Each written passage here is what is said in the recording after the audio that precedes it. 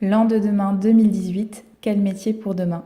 Le monde du travail est en perpétuel mouvement et j'accueille à présent une poignée d'intervenants d'horizons variés, mais tous réunis sur le même métier qu'est celui de la formation. Ils ont mené des expériences innovantes et voyons comment on se prépare au monde de demain dans ce domaine. Je vous laisse vous présenter et présenter vos structures. Bonjour, je m'appelle Henri Bourressel. J'interviens ici au titre de la fondation que j'ai créée il y a un peu moins d'un an, qui s'appelle Humanité, Digitale et Numérique, que j'ai fait ajouter par la Fondation de France pour éviter de financement défiscalisé, puisqu'aujourd'hui la philanthropie ne vit que grâce à la défiscalisation, malheureusement. Pourquoi j'ai fait cette fondation ou qu'est-ce qu'elle fait? En quelques mots, dans un monde numérique qui nous transforme en simple applicatif, qui ne savent plus où est le nord, où est le sud, mais comme où il se dit d'aller là, de l'aider, mais comme ne propose jamais de chemin de tournée, comme le faisait autrefois les cartes Michelin, qui avaient des petites couleurs vertes sur le bout, et qu'on pouvait tout d'un coup s'échapper de l'autoroute pour prendre un chemin qui sentait la noisette. Donc dans un monde numérique qui nous transforme en simple applicatif, dans un monde où les digitaux, les manuels sont mis de côté par la société, je pense qu'il faut développer l'accès aux humanités, les humanités classiques, le grec, la philo, l'art, le théâtre, la musique, et des humanités plus contemporaines, sophrologie, dialogue interreligieux, éthologie équine, islam, bref, tout système qui nous permet de nous reconnecter à nous-mêmes plus qu'à M. Google et M. Facebook. Voilà en quelques mots. Aujourd'hui, nous finançons 9 projets en 9 mois de fonctionnement, on est très contents, qui concernent des publics que je qualifierais d'enfermés au sens propre comme au sens figuré. Le public de l'autisme, nous finançons des projets un peu typiques sur l'autisme, des projets pour des détenus en prison, des projets de théâtre ou cheval en médiation entre le détenu et ses enfants, et des projets également pour des gens en formation professionnelle, jeunes ou demandeurs d'emploi, notamment des ateliers de philosophie, pour des développeurs informatiques en intelligence artificielle. C'est quoi l'homme là-dedans? Où est l'homme? Voilà, donc nous on accompagne des projets le plus possible innovants pédagogiquement, qui font des grands écarts. Ici on parle beaucoup de tiers-lieux. Moi ce que j'adore en pédagogie, c'est le tiers-domaine, qui sert à rien. C'est pas pour l'arbre, mais qui en général transforme l'apprenant et surtout la relation apprenant et prof. Voilà, je vous en dire plus tout à l'heure. Les lignes de tiers-domaine pédagogique qui a priori ne sert à rien, parce que c'est a priori pour moi ça qui sert à tout. Donc si on commençait au collège, au lycée, en fac, par des cours de théâtre, par faire un peu de grec, tout changerait et on travaillerait surtout sur quelque chose qui manque beaucoup aujourd'hui en France, c'est l'estime de soi. Du coup, l'ASMALAB, c'est un collectif qui regroupe pas mal de compétences de jeunes et de moins jeunes, enfin de personnes issues de tous horizons. On fait de la médiation numérique. Donc, c'est de la médiation numérique, c'est à la fois de l'éducation pour les jeunes autour de la sensibilisation à la robotique, au décryptage des médias, à l'informatique en général. Et on fait aussi de la formation pour les moins jeunes. Pour les éducateurs, on forme par exemple des éducateurs de la protection judiciaire et de la jeunesse pour qu'ils comprennent un peu mieux quels sont les usages de leurs jeunes par rapport au numérique. Et on forme aussi depuis, donc c'est une formation qu'on a lancée cette année, qui a duré de 6 mois, de janvier à juillet, et qui formait au métier de médiateur numérique. Alors effectivement, il y a Paco qui sort de cette formation, il y a Audrey aussi. Voilà, et c'est en gros on a pris des jeunes du territoire qui n'avaient pas forcément le bac, qui n'avaient pas forcément de diplôme, qui n'avaient pas forcément de travail. Et on les a pris sur des critères de motivation et d'intérêt, bien sûr, pour l'outil numérique. Et en 6 mois, on leur a donné un niveau bac plus 2, BTS DUT. Et donc au métier de médiateur numérique. Donc métier médiateur numérique, ça veut dire quoi? En gros, c'est accompagner les entreprises dans leur transformation numérique, donc utilisation des réseaux sociaux, création de sites web. Ça va être aussi accompagner les personnes les plus éloignées du web, d'Internet, dans l'utilisation aussi au quotidien. Et puis après, il y a Entre les deux, il y a aussi tout l'aspect, on en parlera plus précisément avec Fernand, qui représente un peu le mouvement des Fab Labs, des makers, c'est-à-dire ces nouveaux endroits où on peut fabriquer des choses grâce aux machines à commande numérique. Et donc le médiateur numérique peut aussi apporter son aide dans ces nouvelles façons de fabriquer des choses. Pour vous donner juste une petite idée par rapport aux résultats, et je finirai sur ma présentation, mais les résultats aujourd'hui de cette formation, on a eu 9 jeunes, on a eu 8 certifications complètes, une certification partielle. Aujourd'hui, on a 4 personnes qui ont des contrats CDD ou CDI, donc après 3 mois. Donc c'est presque 50% de la promo. On a 2 jeunes qui ont repris leurs études, donc c'est là aussi, et 3 jeunes, un jeune notamment qui a créé sa structure d'auto-entrepreneur. Donc voilà, pour dire qu'on a essayé, je vous raconterai peut-être un peu plus, je viendrai sur les méthodes pédagogiques qu'on a utilisées. On a essayé d'être innovant, comme je disais, on a essayé aussi de répondre à ce côté pluridisciplinaire, la sérendipité aussi, que tu évoquais, propre au tiers lieu et qui nous tient à cœur. Mais voilà, on a déjà des beaux résultats qui font qu'on est content de notre innovation. Même s'il y a des choses à améliorer là-dessus. Bonjour à toutes et à tous. Merci pour votre accueil dans le 40. Je viens tout fraîchement du 19e arrondissement de Paris. Je m'appelle Erwan Keza. J'ai toujours eu une vision. C'est la suivante, c'est que avec des méthodologies alternatives et solidaires de formation et d'éducation, c'est pas que les compétences, en effet, il y a les tiers domaines, ce qui me semble servir à rien, mais ce qui crée aussi la cohésion du monde d'aujourd'hui et de demain, si on le fait bien.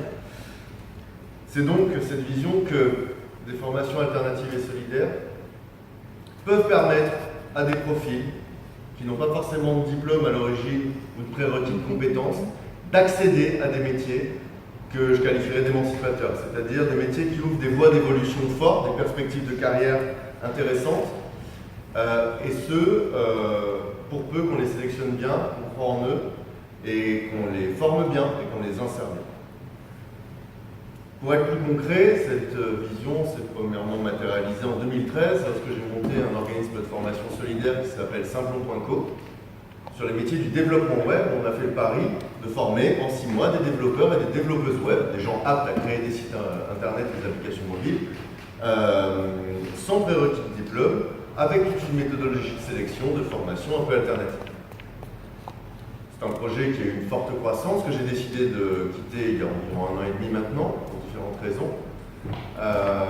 Et depuis, et c'est de ce projet-là que je peux vous parler aujourd'hui, j'en ai monté un nouveau depuis quelques mois avec d'anciennes salariées de Simplon qui s'appelle Targo, donc avec Charlotte Limousin et Laure Pichot, pour ne pas les citer. Nous mettons en œuvre cette vision de se dire qu'il y a des métiers en tension, émergents, à fort potentiel de carrière d'un côté, des gens qui ont des prédispositions, de la motivation et des talents, même si je me méfie de ce mot-là, de l'autre, et qu'on peut faire le lien avec des méthodologies alternatives et solidaires de formation et d'éducation. Ça donne quoi? Ça donne 3 activités chez Targo. Primo, nous montons des formations solidaires, donc sur des métiers à fort potentiel de carrière. Par exemple, nous lançons en novembre la formation référente web polyvalente, parce que la tech n'est pas une affaire de mec, nous le rappelons. Référent web polyvalent, ça veut dire quoi? Ça veut dire des profils spécialisés dans l'outillage numérique des TPE-PME. On parlera peut-être un peu plus de cette formation tout à l'heure, qui s'adresse à des personnes qui n'ont pas le bac, donc nous montons cette formation sur ce nouveau métier. Deuxièmement, nous accompagnons des organismes, des structures qui connaissent des métiers de ce type-là, que nous connaissons mal, et nous les accompagnons pour qu'ils montent des formations. Par exemple, ici Montreuil, qui est un gros Fab Lab, Makerspace, lieu d'artisanat de Montreuil, qui a des machines à bois, des machines à métal, des machines à textile, 120 artisans qui travaillent dans tout ça, avec des imprimantes 3D, des objets connectés, donc il y a tout, il y a des menuisiers qui font juste leur travail de menuisier, et des gens qui font des meubles connectés par exemple. Ici Montreuil est venu nous voir en nous disant, moi j'ai envie de former des creative technologistes, c'est-à-dire des jeunes gens, ou moins jeunes d'ailleurs, qui savent fabriquer un objet et le connecter à Internet. Pour faire une poubelle par exemple, on va sensibiliser à l'environnement en faisant voter ceci ou cela, en jetant la canette au recyclage ou pas au recyclage. Nous accompagnons ici Montreuil sur le montage d'une formation Creative Technologist ouverte principalement à des gens qui n'ont pas le bac. Nous les accompagnons sur la pédagogie, ainsi que sur l'ingénierie de formation, parce que c'est bien de former, mais il faut savoir sélectionner en amont, il faut savoir placer en emploi, faciliter l'insertion. Sur l'aspect économique, parce que tout ça, ça coûte de l'argent, de former, et il faut connaître ces arcanes-là pour pouvoir faire des formations où on est financé, donc on peut se préoccuper principalement de former, pas de courir après les financements alors que la rentrée est déjà lancée. Et l'aspect juridique, parce que comme tout un chacun le sait, je pense, ici, la formation c'est compliqué en termes juridiques, il y a plein de dispositifs qui changent en plus de A à Z en ce moment. Donc deuxième activité de Targo, accompagner les structures qui veulent faire des formations solidaires. Et troisième activité, toute mission qui participe de notre vision. Par exemple, on a créé un MOOC, un cours en ligne dernièrement pour un incubateur social. On a tout un programme d'empouvoirment, passez-moi le terme, enfin on va dire de prise de confiance professionnelle pour des femmes avec un CFA actuellement qui s'appelle Engagé à Paris et autres projets de ce type. Voilà. Voilà. Bonjour à tous. Donc, je viens de l'île de Bayonne, je m'appelle Marta Toribio. Donc là, je pose plutôt le cadre institutionnel comparé au travail par exemple de moi. Et moi, je suis ingénieure pédagogique et responsable du service TIS et formation à distance de l'UIT. Donc, c'est quoi ingénieur pédagogique? C'est un des nouveaux métiers aussi. Je suis d'origine espagnole et ce métier, par exemple, en Espagne n'existait pas. Donc, il s'agit, nous, on accompagne les enseignants à utiliser la technologie dans un but pédagogique. Donc, on les accompagne, on les outille par rapport aux besoins qu'ils peuvent trouver en cours et aussi quand ils veulent innover ou utiliser, découvrir une méthodologie un peu plus innovante via le numérique. Donc, ça, c'est notre travail principal avec Arthur. Et de l'autre côté, il y a tout le travail de formation à distance aussi. Donc, ce matin, on parlait un petit peu de ça. Actuellement, il y a de plus en plus de demandes au niveau, par exemple, des entreprises, de ne pas déplacer leurs salariés pour faire une formation, donc de ne pas les déplacer toute une semaine. Donc, on propose des formations en blended learning, donc des formations semi-présentielles qui peuvent suivre depuis leur lieu de travail. Ou aussi un projet, maintenant c'est fini, c'est pas un projet, c'est un diplôme qu'on propose entièrement à distance pour des publics, des gens qui travaillent ou qui sont en création d'entreprise en Amérique du Sud. Donc c'est un diplôme entier pendant 1 an qui suit à distance à Lyon. Voilà nos principales missions. Bonjour à tous, je m'appelle Arthur Boisseau, je suis comme Martin, je suis ingénieur pédagogique à l'IUT de Bayonne. Et moi, je travaille plus particulièrement sur un projet européen qui s'appelle le projet Paris, donc qui signifie passeport pour l'université, accrochage et insertion professionnelle. Donc c'est un projet qui vise en fait à accompagner les jeunes, notamment de la sortie du lycée vers l'enseignement supérieur et de l'enseignement supérieur vers l'insertion professionnelle. Donc c'est un projet qu'on a en partenariat avec l'UT de Bordeaux qui est le porteur du projet et donc à l'intérieur de ce projet il y a plusieurs actions pédagogiques qui sont mises en place. Donc dans les différents domaines, que ce soit pour le Q, pour le R et pour le I. Voilà, notamment nous en termes d'insertion professionnelle et transversale aussi par rapport au projet, on utilise des bureaux virtuels à l'unité de Bayonne. Donc c'est le principe en fait que tout soit stocké à l'unité, mais qu'un étudiant puisse faire ses TP soit à l'intérieur des locaux, soit à l'extérieur des locaux, tout en ayant la même configuration sur l'environnement numérique. Donc par exemple l'utilisation de logiciels lourds sur tout ce qui est par exemple les logiciels de CAO, de suite Adobe. Voilà, et on accompagne donc notamment les étudiants et aussi, comme disait Martin, les enseignants sur l'utilisation de toutes les nouvelles technologies à l'école.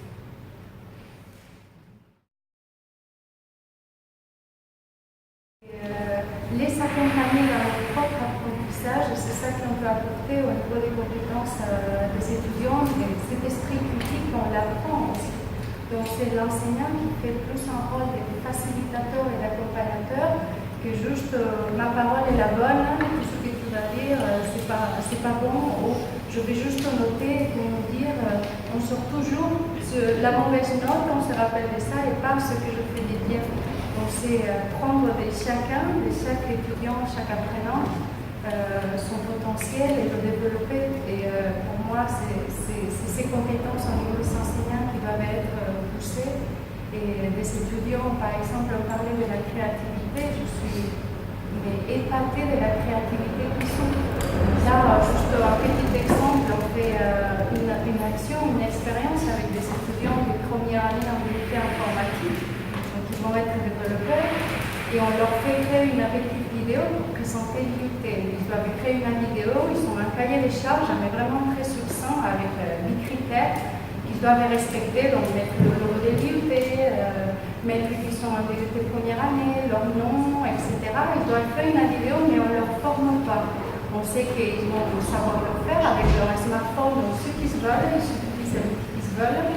Ils doivent produire une vidéo dans un temps très court. Donc on leur donne le lundi, ils doivent s'organiser en équipe, et ils doivent avoir la vidéo rendue le vendredi.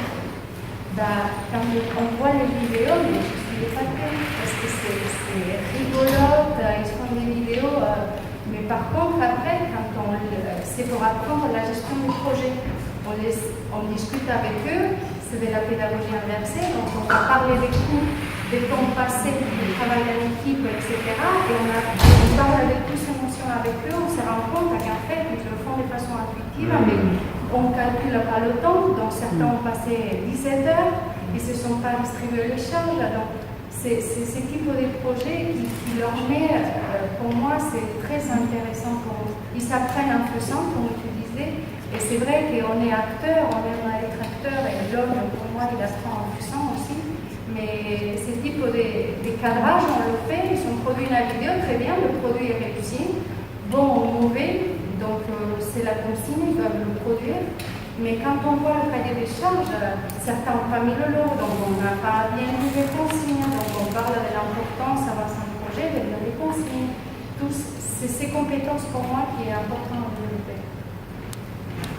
Et notamment pour rebondir sur ce que disait Martha, à l'UT, donc pour être plus près des compétences avec le mode évolutif du travail au niveau de l'entreprise, on fait appel aussi à beaucoup de vacataires professionnels, justement pour s'adapter, pour être vraiment en lien permanent et constant avec le monde de l'entreprise et faire que justement nos étudiants qui sortent de l'UT, qu'importe les formations qu'ils suivent à l'UT, vraiment qu'ils puissent avoir les compétences clés qui sont recherchées à l'heure actuelle et plus tard aussi au niveau des entreprises. Et notamment, il y a donc des vacataires et après aussi on a plusieurs formations soit en alternance, soit en stage, ce qui leur permet justement d'avoir une continuité dans leur cours qu'ils ont à l'UT, des vacataires qui interviennent au niveau de l'UT et après la mise en pratique directement au sein de l'entreprise. Oui, pour revenir à la parole. Et ça, je pense que ça passe aussi par l'organisme de formation. Donc, bon, moi je prêche pour ma paroisse parce qu'on est en tiers-lieu et qu'on pense que l'avenir aussi de ces formations peut passer par les tiers-lieux. Mais pourquoi par les tiers-lieux? Parce qu'un tiers-lieu peut avoir une vision très concrète des besoins du territoire. Donc, pour vous donner un exemple, on a beaucoup de jeunes maraîchers qui arrivent sur le territoire, qui veulent revenir à une agriculture plus raisonnée, avec des petites fermes avec comme objectif de nourrir éventuellement à l'échelle du village et puis à l'échelle d'un département ou d'une région. On sait que le salaire moyen d'un agriculteur, d'un maraîcher quand il commence, c'est 350 € par mois. Il n'a pas forcément il n'a pas l'argent pour s'acheter des machines pour travailler la terre, récolter plus vite, etc. Il ne peut pas non plus mutualiser cet achat parce que d'autres maraîchers, les maraîchers qui sont installés sur le territoire, en ont besoin au même moment parce qu'ils récoltent et ils sèment au même moment. Encore aujourd'hui. Voilà. Donc du coup, quelle est la solution pour lui? La solution pour lui, c'est de fabriquer ses propres outils.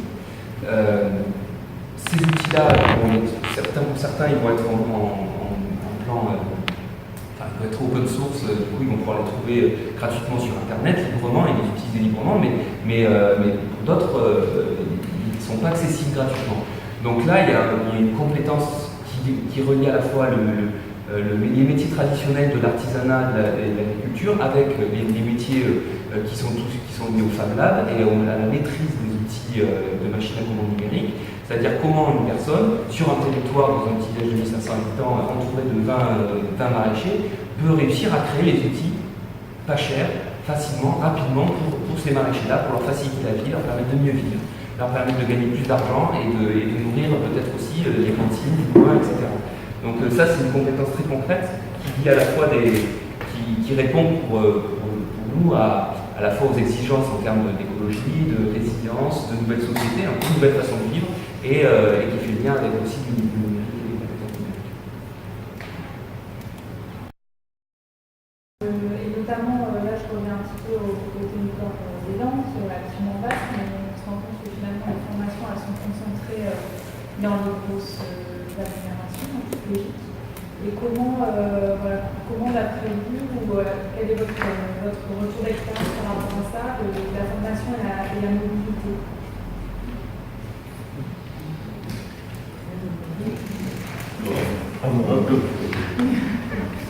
Dans une autre vie, là pour l'instant Targo on est très francilien, et après en fonction de où on nous mènera, voilà. Mais à l'époque de Saint-Flour, je me souviens qu'on avait plusieurs configurations. On communiquait, enfin on travaillait, on communiquait beaucoup avec des territoires ruraux. On a fait plusieurs erreurs, qui d'ailleurs me paraissent assez répandues. Déjà dans le modèle, il nous paraissait essentiel. Là, je parle d'une formation qui est originaire d'Île-de-France et qui pouvait s'implanter sur le territoire rural. Il nous a toujours paru essentiel, à l'époque en tout cas, je ne parle que au nom du Saint-Pont d'avant juillet 2017, de s'appuyer sur une structure locale, c'est même pas de s'appuyer en fait, c'était plutôt d'outiller, d'accompagner, de coopérer avec une structure locale qui connaît bien son territoire et qui fait l'action de formation pour des bonnes raisons. Ça peut aussi être parce qu'il y a les élections municipales qui arrivent bientôt, on pourra former plein de développeurs web sur un territoire où il n'y a pas besoin de développeurs. Ça, c'est pas une bonne raison. La formation professionnelle à la française, elle est assez bien faite sous pas mal d'aspects, même si c'est quand même une espèce d'un gros milieu de plein de choses et que c'est assez difficilement lisible. Globalement, si on commence par la compétence, de quelle compétence il y a besoin où? Et surtout, on parle de plus en plus de la maille de la compétence, et pas du référentiel métier en entier. Donc, quel type de compétences? D'ailleurs, référent web polyvalent, c'est un agrégat des 3 blocs de compétences qui nous paraissent nécessaires pour les TPE-PME aujourd'hui.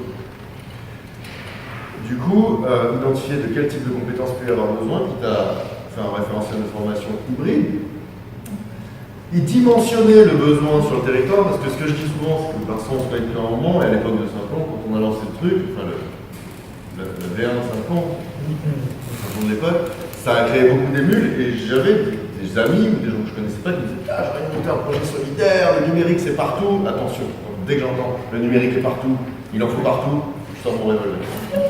Par contre là c'est pas le personne que c'est. Du coup, non, qu'est-ce qu'on dit quand on est numérique? Informatique, web, pour faire du business, pour faire de la technique, parce qu'il y a des besoins en développeurs, caractérisons de quoi on parle. Et dimensionnons. Typiquement, il peut y avoir, par exemple à Boulogne-sur-Mer, on a réussi à caser 20 développeurs web, même si c'est une agglomération, c'est pas non plus, c'est parce qu'il y avait une entreprise qui embauchait. Dans une communauté rurale, peut-être qu'il y a besoin de développeurs web, mais a priori, c'est plutôt d'autres types de compétences qu'on a besoin. Quand j'ai entendu Vincent me sortir, non mais l'objectif c'est de former une dizaine de personnes parce qu'on a l'impression que c'est de ça dont il y a besoin, versus tout le monde qui on va en former 20, on va en former 30, on va en former 50.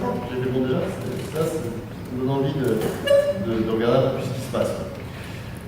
Caractériser de quoi on a besoin, dimensionner, parce que les actions de formation, il n'y a pas besoin de former 30 personnes pour 30 personnes, ça peut être 9 personnes qui du coup ensuite trouvent du boulot et apportent de la valeur sur le territoire. On en a la preuve aujourd'hui, sinon il y aura encore les résumés. Merci Paco. Et je veux dire, il y a ça, et puis les solutions de mobilité, je ne suis pas un expert, mais clairement, il faut se méfier. Mais souvent, j'ai l'impression parfois quand j'interviens sur les thématiques de formation professionnelle, sur l'innovation, sur le web et tout, de faire un manuel d'autodéfense. Dès qu'on entend, oui, on va en faire des entrepreneurs, attention au mythe de l'entrepreneuriat. Oh, ben oui, ils vont créer leur boîte, et puis ils vont créer leur poste de freelance, et puis ils vont travailler pour les agglomérations environnantes. C'est compliqué, même auto-entrepreneur, c'est compliqué de l'être. Par contre, quand j'ai un ancien formateur de Saint-Pont-Mende qui me dit En fait, je me dis qu'étant avec un Montpellier pas loin, on va peut-être faire une CAE avec notre entrepreneur, un projet réfléchi avec des hypothèses, certes, mais qui déjà tente à se valider parce qu'il est déjà allé voir s'il y avait des besoins. Là, je me dis, il y a quelque chose derrière. En tout cas, attention à comme dirait la poudre de Berlin Papin, du mythe de on va faire des entrepreneurs en zone rurale et puis ça va créer de l'activité, c'est compliqué, ça s'accompagne, il faut un marché. Souvent, il y a déjà des entrepreneurs qui sont là et ils n'ont pas forcément de trucs à se mettre devant. Attention au mythe de le numérique est partout, donc là je parle de ma parole du numérique du web, donc on va pouvoir former puis ça va s'auto-embaucher. Et attention au mythe de la mobilité qui se fait toute seule aussi, c'est-à-dire que là il y a des financements là-dessus dont je ne suis pas expert, mais ça se prépare longtemps à l'avance la mobilité. Et déjà, même quand on parle de mobilité, ça veut dire pouvoir aller bosser dans une ville où là-bas aussi il y a une concurrence, et puis même au niveau d'une ville, d'une agglomération, il n'y a peut-être pas forcément autant de postes qu'on peut l'imaginer.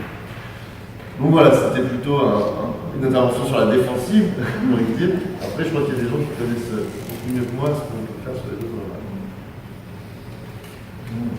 Voilà, encore une fois, je suis placé le mot sérieux, mais non, mais si on parle de mobilité, non, je suis un peu monothématique, mais pour moi, si on veut, c'est la région, alors ils sont partis, mais j'ai mis parti, mais si l'objectif c'est d'avoir un tiers-lieu à moins de 20 minutes de chaque citoyen sur le territoire de la région Nouvelle-Aquitaine, on peut se dire que ces lieux peuvent être aussi qu'il peut y avoir des formateurs ou une sorte de formation mobile qui peut venir au plus près des personnes, plutôt que de créer des grands campus où on va attendre les gens. C'est pas comme ça qu'on va décloisonner, qu'on va créer aussi de la mobilité sociale.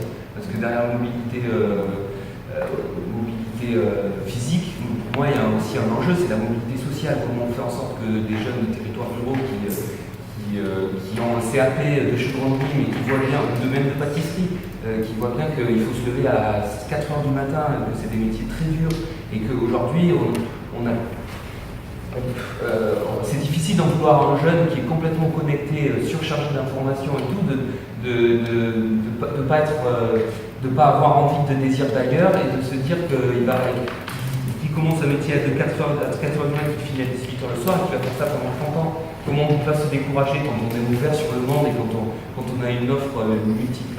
Et surtout, donc du coup, pourquoi je parlais de ça? Oui, parce que mobilité sociale, parce que du coup, ces jeunes-là, il faut aussi leur proposer d'autres choses, d'autres métiers. Et du coup, il faut venir les chercher, parce que ces jeunes-là, ils ne viennent pas à Bordeaux, parce que quand on est...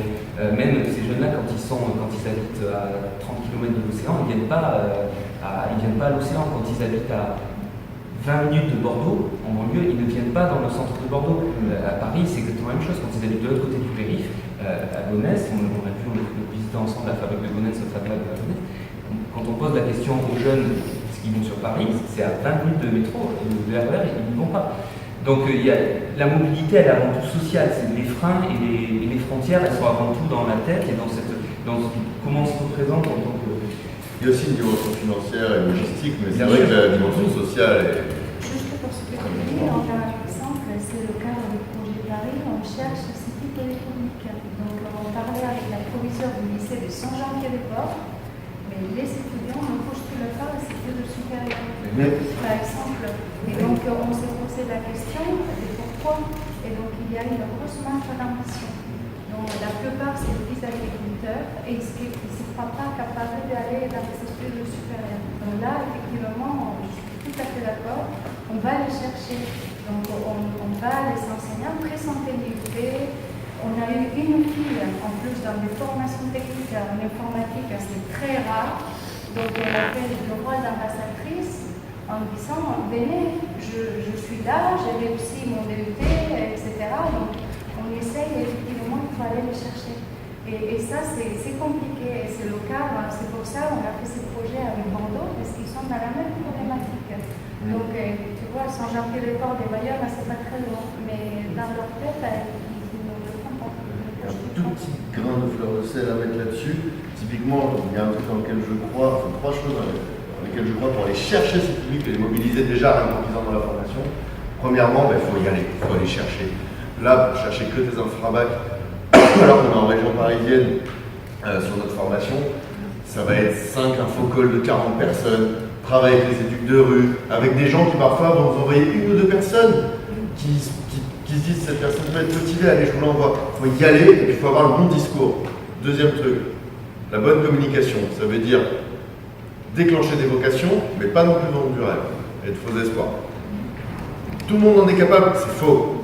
Pour vous recruter, c'est la motivation, mais la motivation éprouvée. C'est-à-dire que vous allez passer des trucs d'auto-apprentissage très simples, très accessibles, et il faut que vous nous prouviez que vous êtes apte et que vous mettiez les mains dedans pour voir si ça vous plaît. Donc, communication juste, la juste communication, j'ai envie de dire, qui passe souvent par les rôles modèles. C'est-à-dire que faire témoigner des gens qui sont passés par là, en général, là, ça me débloque. Notamment pour la question des autocensures de profil féminin. Et troisièmement, je ne sais plus. Mais je pensais à un troisième truc, mais c'est pareil, c'est un effort, il faut y aller, c'est-à-dire que le travail de sourcing, de déclenchement de vocation et de sélection, c'est toute une phase, déjà en amont de la formation pour la mobilité. On a parfois l'impression qu'en 2018, on est presque moins mobile qu'au Moyen-Âge ou à la Renaissance. Et que faire 20 minutes, c'est un commensurable. Alors que parfois, avant, il avait appris à 1000 km sur une formation. Donc c'est assez paradoxal. Et je pense que je reviens toujours à l'amont. C'est un problème de mobilité intellectuelle et d'envie. Donc si je n'ai pas eu envie de me former pendant 15 ans à la sortie de l'école obligatoire, ça va être compliqué. Si je n'ai pas d'estime de moi et que j'ai envie de vouloir continuer derrière, et donc de mettre au fond un petit argument qui fait que je vais faire un minute de travail. On trouve des gamins complètement fous et passionnés. Moi j'avais comme apprenti dans je m'ennuie, des gamins qui étaient 1 heure de transport à Paris pour venir se former, qui étaient motivés, qui se levaient à 4 heures du mat, etc., et qui savaient que c'était leur passion. Qu'est-ce qui fait que la plupart n'ont pas de passion? Qu'est-ce qui s'est passé pendant 15 ans où on n'a pas réussi à susciter de l'envie, de la passion, du courage, et un côté non consommateur où je veux que tout l'appareil de formation soit chez moi, ça m'en pas beaucoup, et le côté, je développe mon côté acteur de ma vie, je dirais même plus le côté auteur de ma vie. Qu'est-ce que je mets en place? Et après, la mobilité, ça fait partie des critères de choix. Si c'est loin, est-ce que je mets des moyens en place pour que, ou est-ce que je choisis différemment? C'est toujours une mise en responsabilité individuelle. Parce que créer un centre de formation, à proximité de chez moi, facile, mais trouver les profs. Il ne faut pas oublier qu'en formation, on a la problématique du stagiaire qui ne mobile pas, mais aussi du formateur qui ne mobile pas. Et donc c'est bien au monde de la formation de s'adapter. Moi je pense que le numérique est un moyen qui permet de faire un certain nombre de choses, mais on connaît les limites, c'est ce qu'on aura. Mais attention aussi au côté archi-consommateur, où tout doit être un famille de chez moi. Alors ça, Madame Hidalgo, moi je suis par exemple aussi, Madame Hidalgo, nous pousse à faire du vélo, c'est vrai que ça va être compliqué de faire 3 heures de vélo plutôt que de 20 minutes de voiture. Mais bon, ça fait partie des contraintes. Et la vie, c'est des contraintes. Et c'est dans les contraintes que j'agis. Voilà. Et si je ne suis pas content de où je suis, je le fais sans borne, je vais à mon lycée ou le CFA du coin ou l'université là-bas, où je vais trouver un métier, je vais me former et je vais l'emploi chez moi. On peut aussi, on n'est pas obligé de rester à la maison, comme Tanguy jusqu'à 30 ans, et puis continuer à prendre du bout de papa, etc. On peut aussi visiter le monde, revenir après. Dans le moment où il y a Erasmus et tout ça, je suis très surpris par ces problématiques de mobilité. Et tous les territoires vont tous avoir leur mobilité, leur université, leur lycée, leur collège, il y a un moment où il n'y a pas les moyens. Donc il faut peut-être aussi raisonner plutôt en amont sur qu'est-ce que je vais faire de ma vie, comment est-ce que je tiens compte, comment est-ce que j'accepte que je consens à moi-même, à mon territoire. Ce sera compliqué de mettre de la marée en Méditerranée. Alors, si je veux de la marée, je ne vais pas en Méditerranée. C'est compliqué de mettre du soleil à l'île. Bon, voilà. Il y a un moment aussi, il faut, et c'est ça pour moi, c'est pour ça que tout ce qui est qui et racine, pour moi ça se travaille très tôt. C'est comment est-ce que je tiens compte de la vie, de la nature, de ma nature à moi, de la nature, et qu'est-ce que je fais derrière. Et donc je reviens toujours à...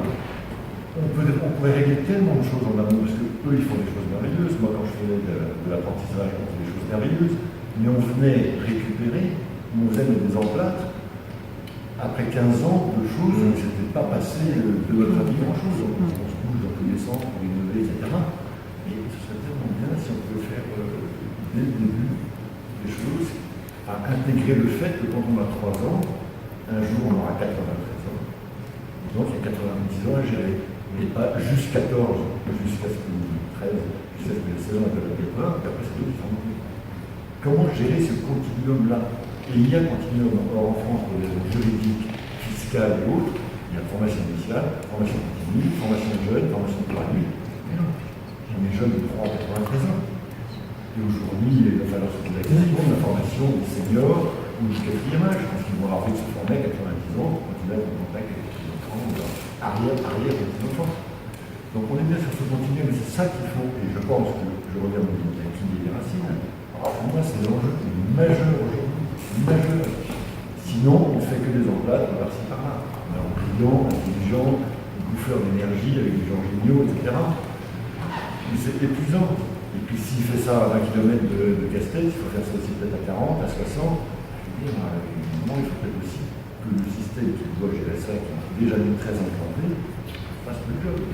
D'ailleurs, sur la mobilité, une toute petite anecdote, c'était quand j'étais venu il y a 2 ans, je crois, ici, il y avait une dame d'une maison de l'emploi locale qui s'était débrouillée, qui avait un peu braconné, qui avait fait son système elle-même avec un site qu'elle avait fait elle-même avec 3 bouts de ficelle pour organiser du covoiturage entre demandeurs d'emploi pour aller à une formation.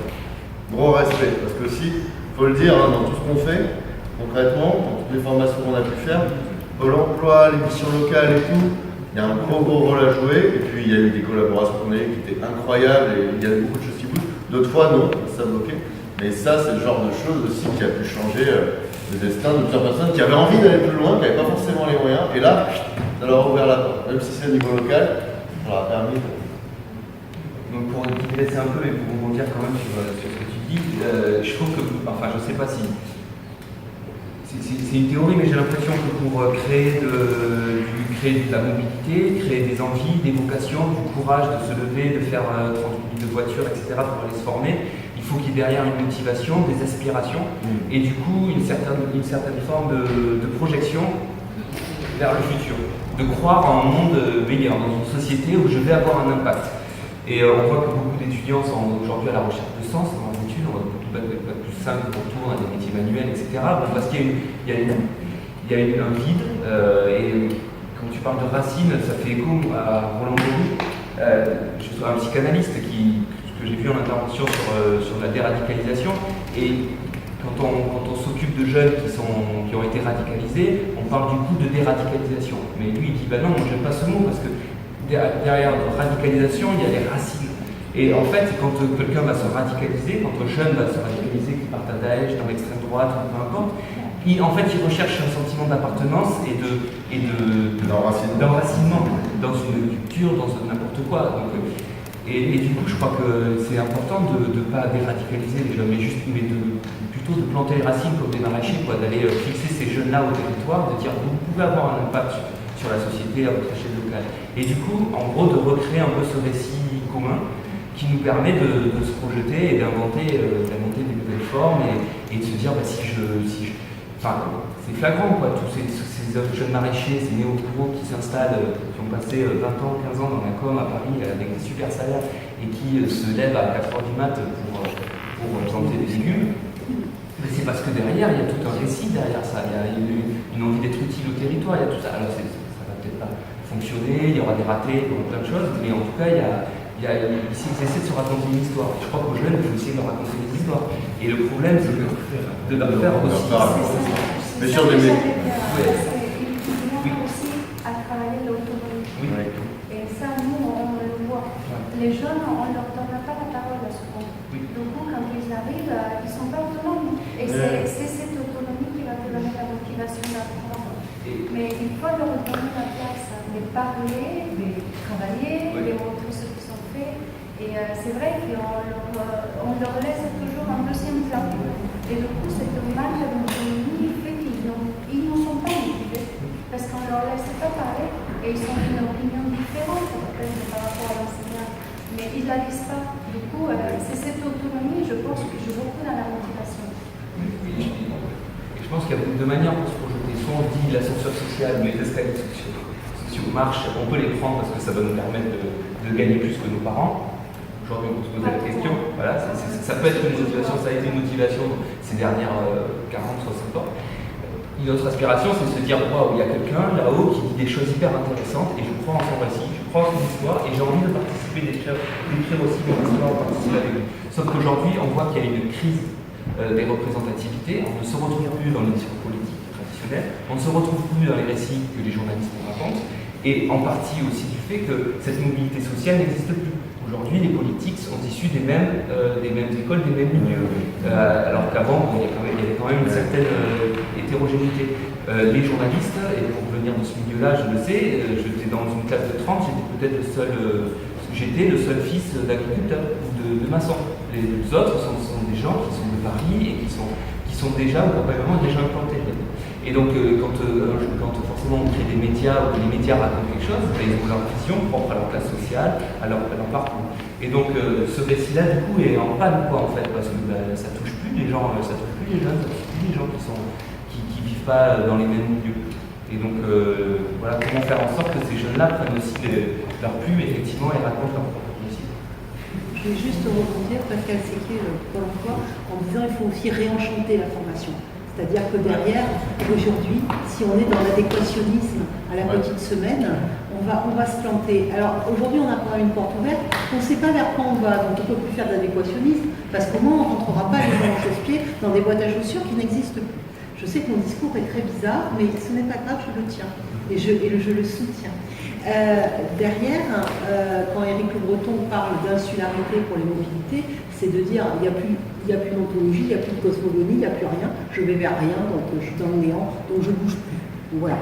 Ou pire, je ne bouge plus. Je ne bouge plus. Aujourd'hui, il n'est plus possible non plus, puisque je ne vais plus avoir de minima sociaux de la même façon. Donc je vais devoir bouger.